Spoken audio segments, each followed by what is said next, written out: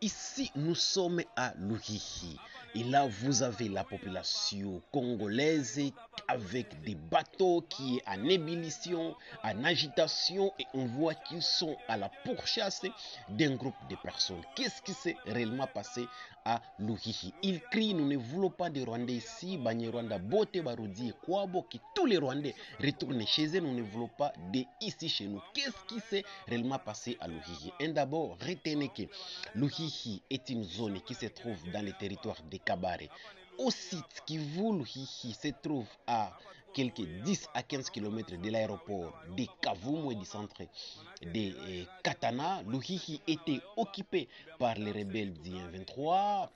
Comment est-ce que les rebelles du 23 ont occupé Luhihi? Et d'abord, sachez aussi qu'il n'y avait pas des FARDC à Luhihi, il n'y avait pas aussi de Wazalendo, il n'y avait que quelques policiers.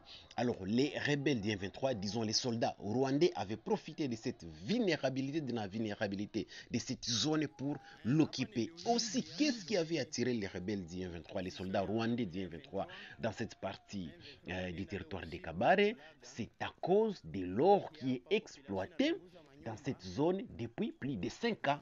Les rebelles du 23, on sait tous bien que les soldats rwandais ne sont pas venus en RDC pour le bien-être de la population congolaise, pour la sécurité. Au contraire, c'est pour d'abord massacrer la population congolaise, tuer les paisibles citoyens et maintenant piller les richesses de la RDC. Voilà pourquoi ils ont sauté plusieurs zones pour aller seulement camper à Luhihi à cause de l'or. Ce qui les intéresse et ce qui les a attirés en RDC, c'est l'or, les richesses, les mines de la RDC. Et là maintenant, ils sont pourchassés par la population. Voilà ce qui s'est réellement passé à Luhihi. La population ne s'attendait pas avec les militaires rwandais d'IM23. En fait, un Rwandais n'a jamais été aimé au Congo et ne sera jamais aimé au Congo parce que quand il arrive, il ne vient que massacrer. Il ne sait pas se faire accepter dans une nouvelle société. Voilà pourquoi il ne sera jamais accepté au Congo et ne sera jamais aimé au Congo. La population ne vivait pas bien avec et il ne s'attendait pas. La population, la nuit du vendredi, a lancé des messages aux rebelles. Ils les ont dit, vous quittez cette zone où nous allons nous entretuer dans cette partie. En tout cas, il y a eu une mobilisation porte à porte. La population a mobilisé les jeunes, les vieux, les dames et même des enfants. Alors, les rebelles du 23 vit qu'ils n'étaient pas nombreux dans cette partie, ils ont eu peur. Et voilà pourquoi la nuit du samedi, ils ont emballé leurs histoires et ont quitté Luhihi pour aller camper à Kavumu, à l'aéroport de Kavumu.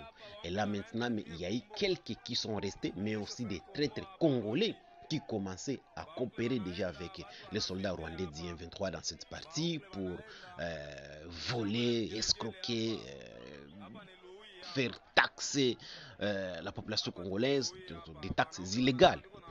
Et là maintenant, la population est à la pourchasse de ces gens-là, et d'abord de quelques-uns 23 qui sont restés. Là, ils sont en train d'incendier les effets militaires des rebelles du 23 qui sont restés et incendier aussi leur camp pour leur lancer un message. Le message est clair. Vous ne serez jamais accepté chez nous au Congo et nous ne vous aimerons jamais. Le message est clair et vous n'avez pas notre soutien. C'est ça le message de la population congolaise. Donc, d'abord, la nuit du vendredi, ils ont lancé des messages. Ils ont demandé aux rebelles, vous quittez, vous avez 24 heures pour quitter cette zone. Si vous ne quittez pas notre cité, notre centre, nous allons nous entretuer ici. Et ils étaient nombreux. Et les rebelles du 23 ont compris les messages, ils ont eu peur. Et ils ont quitté la nuit du samedi, ils ont quitté en coulisses vraiment cette partie de Luhihi et ils ont fui. Malheureusement, ils ont laissé quelques biens parce qu'ils sont partis manu militari. Ils étaient sous pression de la population qui était en colère contre eux. Et aussi, ils n'ont pas oublié les sabotages, des embuscades de quelques populations de cette partie, des Katana, de Luhihi, des Kabamba qui ont pris les armes et qui se sont transformés en Vaya Wazalendo, qui les ont tendu des embuscades. Il y a eu même plusieurs colonels rwandais qui sont morts dans ces embuscades-là. Voilà pourquoi ils ont eu peur et ils ont quitté Mano Militari en coulisses dans la nuit du samedi, cette partie de Luhihi, mais ils ont laissé quelques biens et leurs hits, et là la population est en train de brûler les effets militaires qu'ils ont laissés, incendier les hits qu'ils occupaient, mais aussi la population est à la pourchasse de tous les traîtres qui collaboraient avec eux, qui taxaient la population, qui commençaient à escroquer des parcelles même, à voler, donc tous les délits qu'ils pouvaient faire en complicité avec ces rebelles du 23. Et là maintenant, la population est à l'air pourchasse et il y a déjà des arrestations, il y a déjà quelques... Et d'abord, il y a quelques militaires qui sont restés et la population les a lapidés, quelques militaires rwandais. Ils ont été lapidés par la population qui est en colère.